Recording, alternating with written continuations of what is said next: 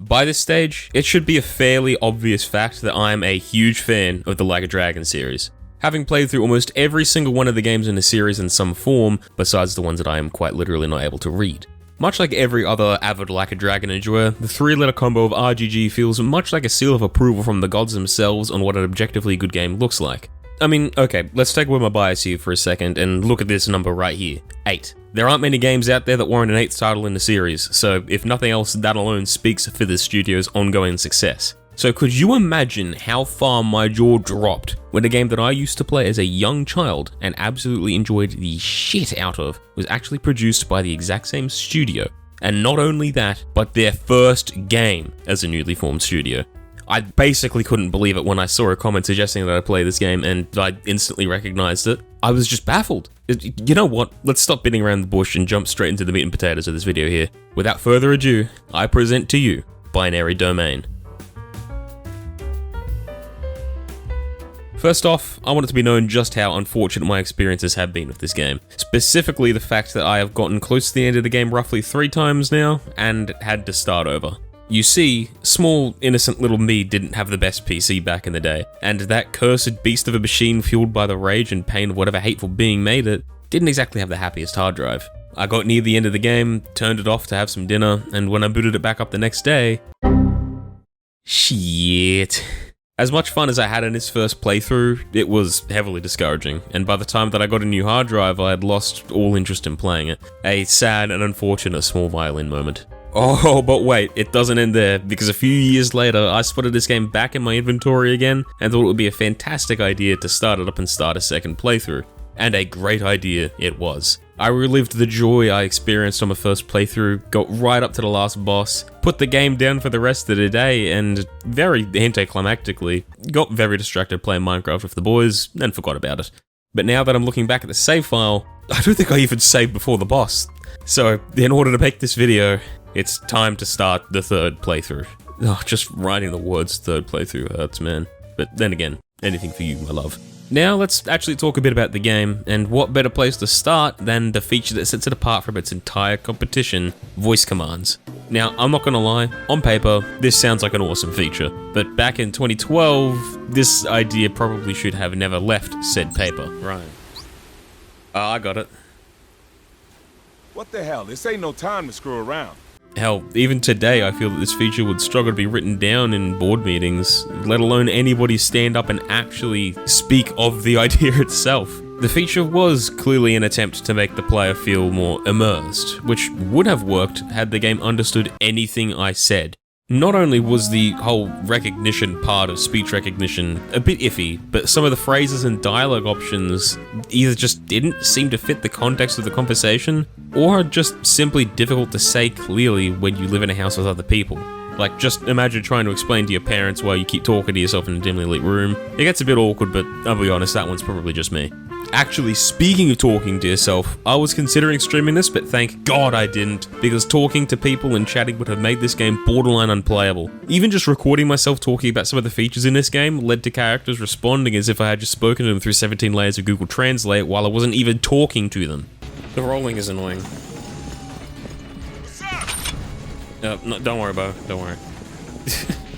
Shut it! You insane! What? To be completely fair to RGG, streaming games just simply wasn't a consideration for most companies back in 2012, with some exceptions like competitive fighters and tournaments and whatnot, but keep in mind that Twitch, the main go-to for streaming video games nowadays, had only been around for a year when this game released. So talking to a live audience about games just simply wasn't in people's minds at the time. Anyway, moving away from the struggles of voice recognition, Binary Domain is a third-person sci-fi shooter set in a world where human labor is limited and robots are in absurdly high demand. One day, a man who had lived a normal life for 40 years is uncovered to have been a robot for his whole life and genuinely believes that he is human. This is what is referred to as a hollow child, and the existence of this hollow child is the driving point of the entire game.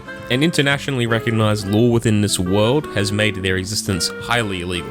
Now, Binary Domain doesn't exactly know what it means to be subtle, and kind of just tells you what the moral dilemma of the entire story is straight up. This isn't life. Convincing as it may be, it's still a robot.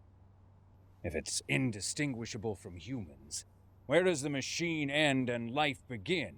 Well, this is Damn. philosophical bullshit. They asking the question right We're only away. two. We're now certain there are more living among us in America. You play as Dan Marshall, also known as the Survivor. Now, why do they call you the Survivor, you ask? To be completely honest, I have absolutely no idea. I don't know if I'm just forgetting something or if RGG pulled a Giga Chat and just refused to elaborate, but as far as I'm concerned, it's because he survived? I don't know, man. Point is, Dan is a bit of a badass with a childhood grudge against machines. And honestly, I can't blame him.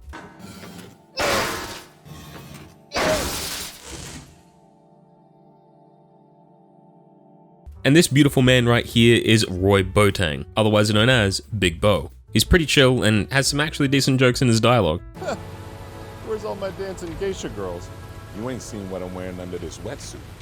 In all honesty, probably my favorite character in the entire game. He just seems like a cool dude who would be fun to have a night out with. Being a third-person shooter, gunplay is an essential point in this game. Unfortunately, Binary Domain's gunplay can get pretty stale pretty quickly.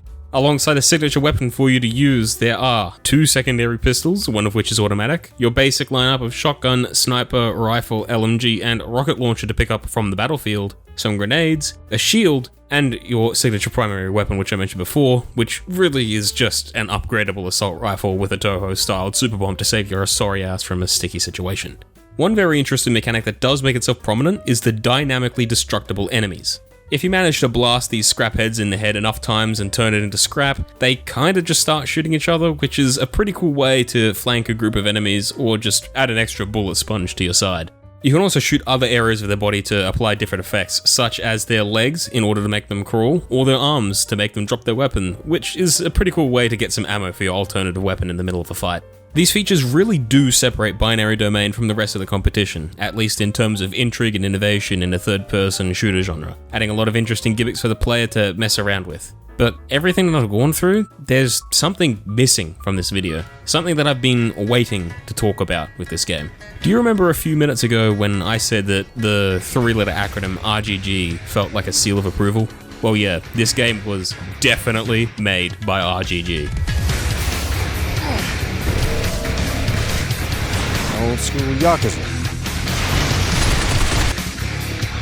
It's quite obvious that the devs behind the Like a Dragon series know what makes a game just an awesome experience, and that quality transfers over really well into Binary Domain.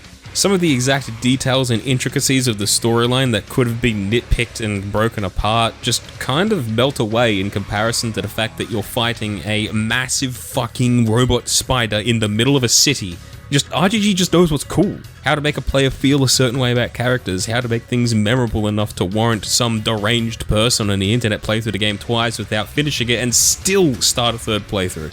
And it's for those exact reasons that I'm going to be referring to something that I would like to call the RGG flair, which is this kind of indescribable feeling you get whenever something just feels like it was made by them. The RGG flair shines bright throughout a lot of the game, especially in some of the gags in the middle of the cutscenes. Huh? Anything broken? Just my inner peace. Let's keep moving. The backstories of characters, plot twists, which I won't spoil for you, so don't worry, and most importantly, the world building, which by the way is done fantastically in this game. It's the culmination of all these small little factors that RGG clearly pours their heart and soul into creating that form a cohesive storyline, a cohesive world with legitimately interesting characters that really gets the player invested in what's going to happen next. Now, not only do these small touches get the player engaged in the storyline, they seem to tie gameplay together perfectly with cutscenes, reminding me a lot of the dynamic intros that come from the Like a Dragon games. Unironically, there were numerous times where I felt like some text should come flying in from a screen or slow-mo should be happening. What on earth? I forgot about you. Got to be kidding me.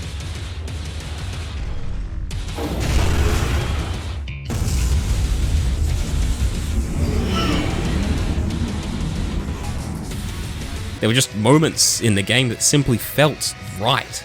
In my opinion, without the RGG flair, I probably wouldn't have remembered this game at all. Sure, the gameplay is pretty decent, has some fascinating features, and is all around a pretty good game from most perspectives that you look at it. But if it didn't have that ridiculous emphasis and just all around badass drama to it, Binary Domain would feel empty and hollow. To be perfectly honest, the same could be said for pretty much all of the RGG games. It's difficult to put into words exactly what they do differently from other game companies, but it's definitely not wrong to suggest that they place a lot of emphasis on storytelling, characters, and just straight up drama. To put it simply, it's just all of these elements that are distinctly RGG that keep me coming back to play RGG games. Regardless of the series, regardless of the characters, I just keep coming back for more. God damn, that felt like a conclusion right there. But we're not quite done yet. There's still a few things that I want to talk about, such as the list of supporting characters. Let me show you some of the notable ones that you'll get to know early on. Now, I've already talked a little bit about Big Bo. I like to think of him as Coach from Left 4 Dead 2 if you could grow a sick-looking beard and was taken out of a "this pick goes hard, feel free to screenshot" post. Just all around, this guy's a cool blend of a serious character who does have legitimate emotions, stresses, and worries, and a bit of a comedic relief character at sometimes, being the source of a lot of jokes. Reminds me of an actress or someone. Come on, Bo, you know the only movies you watch are porn. Oh, yeah, right, with the... yeah. He also uses an LMG, and any side character that uses an LMG is just cool in my books. This right here is Charles Gregory, otherwise known as Charlie. He can be a bit sassy at times and snap at people for not taking the job seriously. Personally, he's just alright and isn't really that interesting, but I can see how some people would appreciate his character, taking on a pretty prominent role in terms of being the straight-laced man in the group. Oh. Well, that's all right then. So I will sell you for 5 million apiece. 5 million? Whoa, whoa, whoa, whoa. Aside from that, he's also ex-MI6, meaning that he's British. Damn. Speaking of British, Rachel Townsend is also from the MI6. Basically, she's a bit similar to Charlie, just a bit less serious and much more silent. Like, I haven't really had her in my party much, so she hasn't been speaking outside of cutscenes, and she hardly speaks during those anyway. Also, she has a rocket launcher, so that's pretty fucking badass.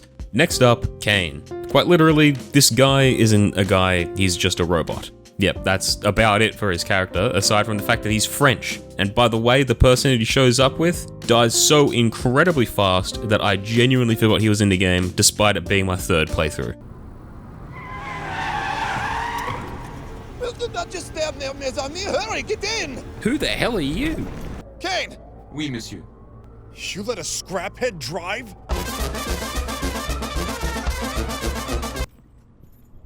Oh, maybe that's why I don't remember him, huh?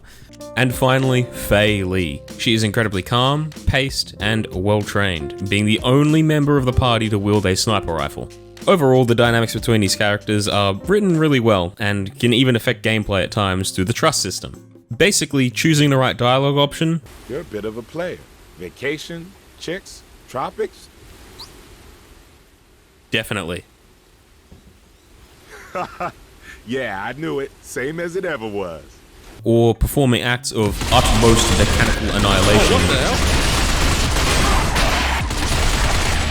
Danny boy, a freaking star, man.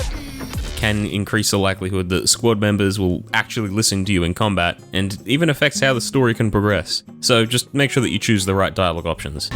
Okay, leave some for the rest of us, huh? We got the bonus situation to think about. Wow, I'm getting the Iceman over here. All right, what's next, bro? I didn't say anything! One last thing that I'd like to mention before I wrap this all up is the difficulty of this game. I'm not gonna lie, a majority of the combat feels really easy.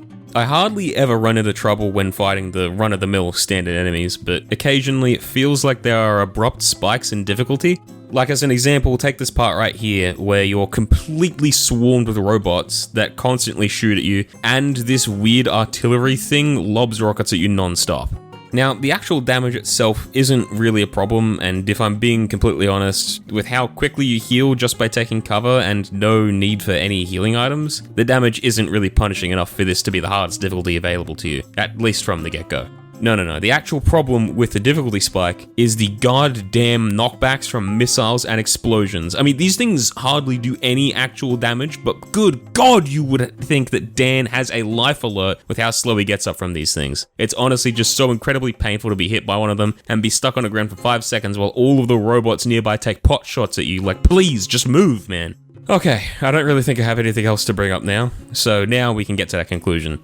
Sure, Binary Domain does have a few shortcomings and was probably way too early and ahead of its time when it comes to the whole voice recognition gimmick. But honestly, despite the issues that it adds a bit of spice and personality to what could have easily been a cookie-cutter typical third-person shooter, and actually ends up meshing really well with RGG's style. It's also not hard to look past some of its other flaws either, because RGG as a studio is just so good at giving you way too many things to take in that you just simply don't notice the things that's wrong with them. Genuinely, it took a skyscraper-sized naval invasion defense mech appearing in the middle of the abandoned city, a rooftop shootout, a highway chase scene with flying dudes shooting at me, the aforementioned tunnel artillery system, and this big mean-looking bloke in a residential area for me to realize, how on earth are people not worried about the all-out war just outside their window? So, would I recommend this game? Yeah, it's pretty fun. But if you're even thinking about talking to people while playing, just turn the voice recognition off. It irritated me to no end. Alright, some closing words. Big Bo is best girl. Kiryu Kazuma is actually in the multiplayer? Huh? And also Big Red Button and Thumb and Funny Box. Oh yeah, also RGG made fucking Monkey Ball. Like, 2 of them. What?